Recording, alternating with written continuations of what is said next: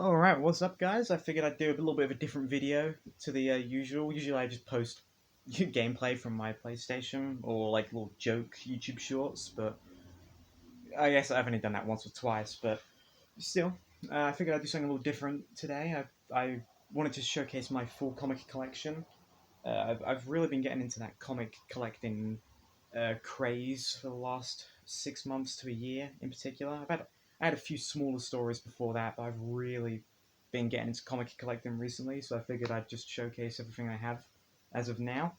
And yeah, I figured I'd start with a little bit of Batman. I mean, who doesn't love the Caped Crusader? So here we have the first part of the New 52 storyline by Scott Snyder, The Court of Owls. A great story, really delves into Batman's psyche and who he is. And I think the Court of Owls is such an interesting villain. And I think the twist is effective enough to push Bruce's character into a certain direction. And I'm a big fan of it. So, of course, we have the second half of the storyline too, The City of Owls. I think this is again a very good storyline. It's only 12 issues in an annual, and the annual you don't have to read for the main storyline, but still only like 12 issues for the full story. And I think it's able to do so much in such a short amount of time, and I'm a big fan of it. So moving on, we have a bit of a classic 80s storyline. A certain comic called Crisis on Infinite Earths by Marv Wolfman and George Perez. I feel like if you're a comic book fan, you've probably read this one, or at the very least know of it. It's a very classic storyline. It shouldn't have even worked in the first place because it's basically just DC spring cleaning, and even the villain, you can argue, is very simple. But man, it just works so well, even though it really shouldn't. But it's a classic for a reason. So I figured we move on to some Spider-Man next. Who doesn't love a bit of Spider-Man? We have Chip Zdarsky writing the more recent but very classic Spider-Man life story, which I think is a really cool concept. You get to see Spider-Man's history throughout the years, and he ages in real time through these 60 or so years. Really interesting. You get to see a lot of iconic storylines in a different context, such as Craven's Last Hunt, the original Secret Wars, the Spider Verse event. There's a lot of really great stuff. I'd highly recommend Spider-Man Life Story. You can probably find it pretty easily on in a bookstore or Amazon or something like that, pretty easily. But yeah, moving on, I figured we'd tackle some more DC. I do have a lot of DC books. So yeah, next one we have is Supergirl Woman of Tomorrow by Tom King. I love this comic. I think it solidified my love for Supergirl and it made her one of my favorite DC characters.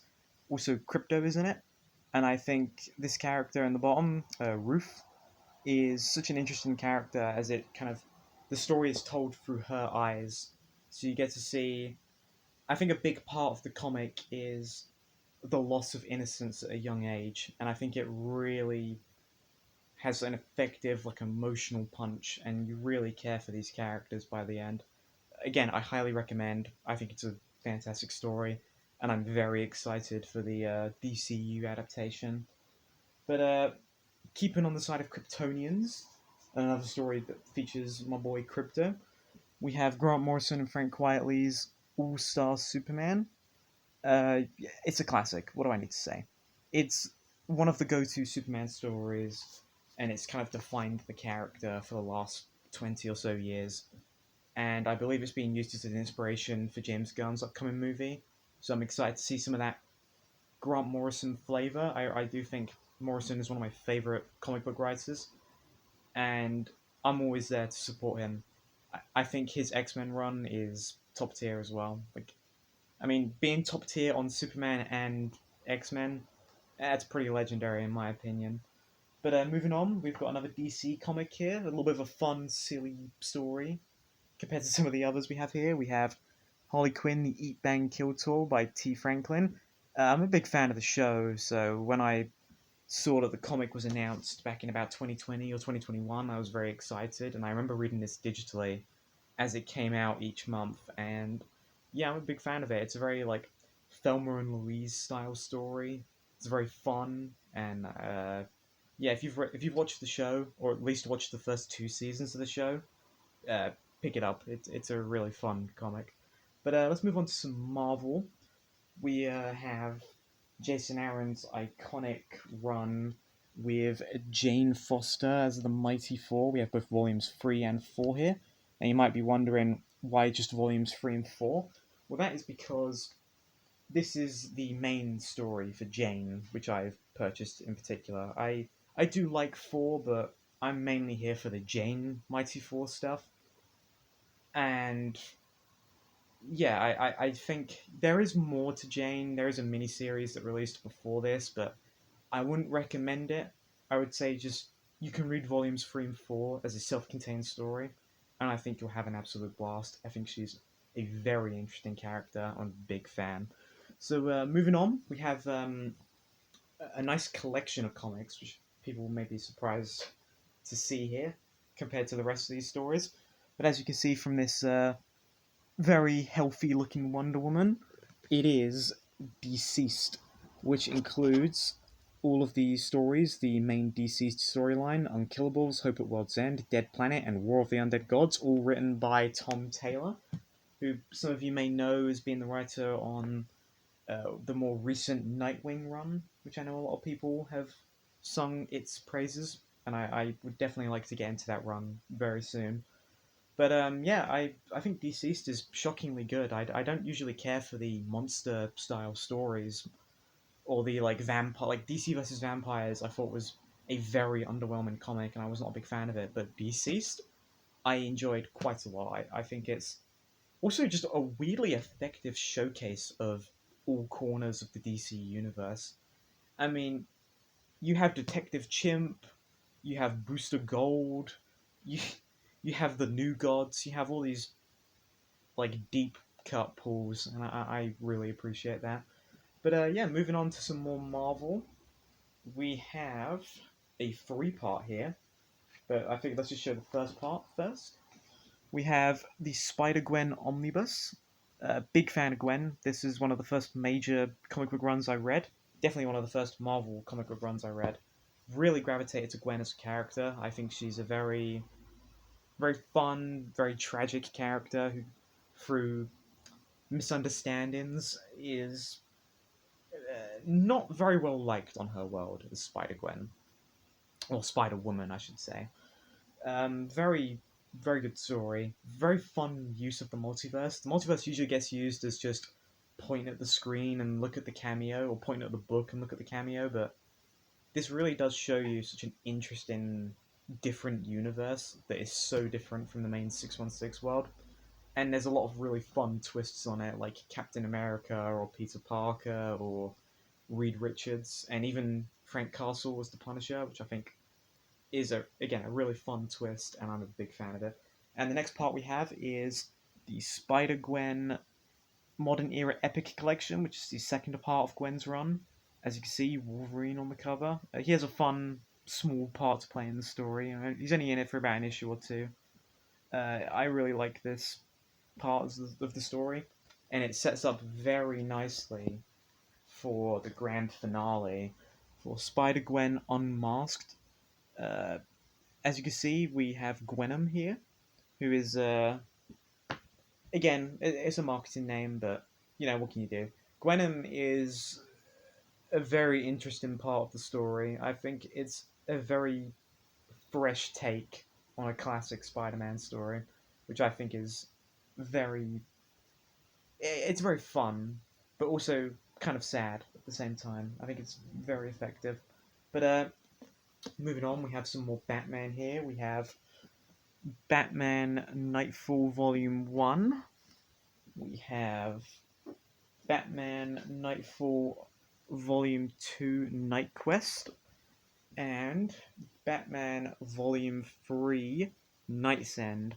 Now, this is the iconic story, as you can see in the cover for Volume 1.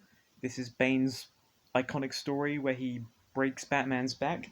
Also, his first appearance in a comic is in this storyline. So, I mean, he starts off with a hell of a story. I think it's a really interesting one. I've read a little bit of it and I'm excited to read more.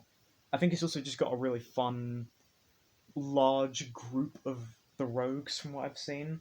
So it's a good story if you want to get into Batman comics because you'll see so many of his iconic villains and even his sidekicks like Robin and on again, off again partner Selena Kyle. So you get some fun stuff. I'm a big fan of it.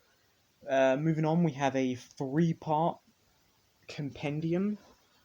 We have part one of Invincible, Compendium 1 by Robert Kirkman. We have volume 2 with the blue suit, which people will be seeing very soon in season 3, which I'm very excited for.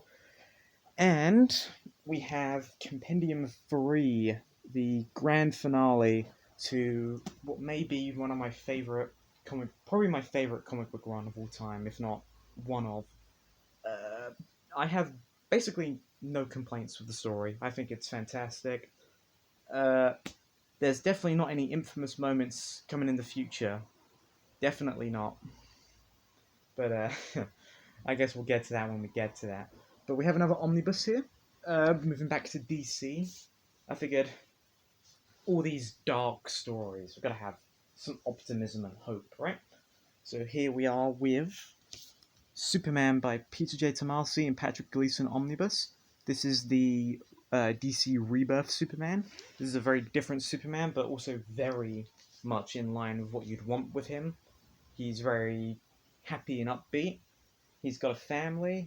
He's got Krypto, the best boy. I have read quite a bit of this comic already. I'm a big fan of it. I'm looking forward to seeing more. I think it came at the perfect time as this was just after the New 52 line, where Superman was pretty different, and depending on who you are, you either liked it or you weren't a big fan of it. But I think the omnibus is really good so far, and I like Jonathan a lot as Superboy. Yeah, if you want to check it out, definitely pick it up. I think it's really good so far. But we're moving on to the three-part finale of this video. We have 3 comics to show.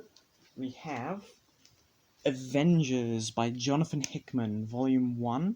As you can see, Cannonball's there. A lot of fun characters in this. Get some really good Cannonball and Sunspot action. We have Avengers by Jonathan Hickman, Volume 2. And I figured we'd throw this one in as well as part of the storyline. We have Secret Wars by Jonathan Hickman. I have read Secret Wars in the past, but I haven't read the Avengers run, and I'm very excited to get into it. I've read a little bit of it so far, and I'm really liking what I've read. And I'm really excited to give Secret Wars another read, just so I can see how effective it is once I've read the story that comes before it. And yeah, it's great. I'm a big fan of Jonathan Hickman. I've been reading through Krakoa era lately, the X-Men stuff, and I think he really did revive the X-Men at the perfect time. And yeah, I would say Hickman and Morrison are probably some of my favorite comic book writers that I can think of off the top of my head. But yeah, so that is my full comic collection. I hope you enjoyed the video. It's a little bit different than the usual PlayStation gameplay I might post, but if you like it, just drop a comment to let me know if you'd like to see more stuff like this. And with that, I will say goodbye. Peace out. Take care.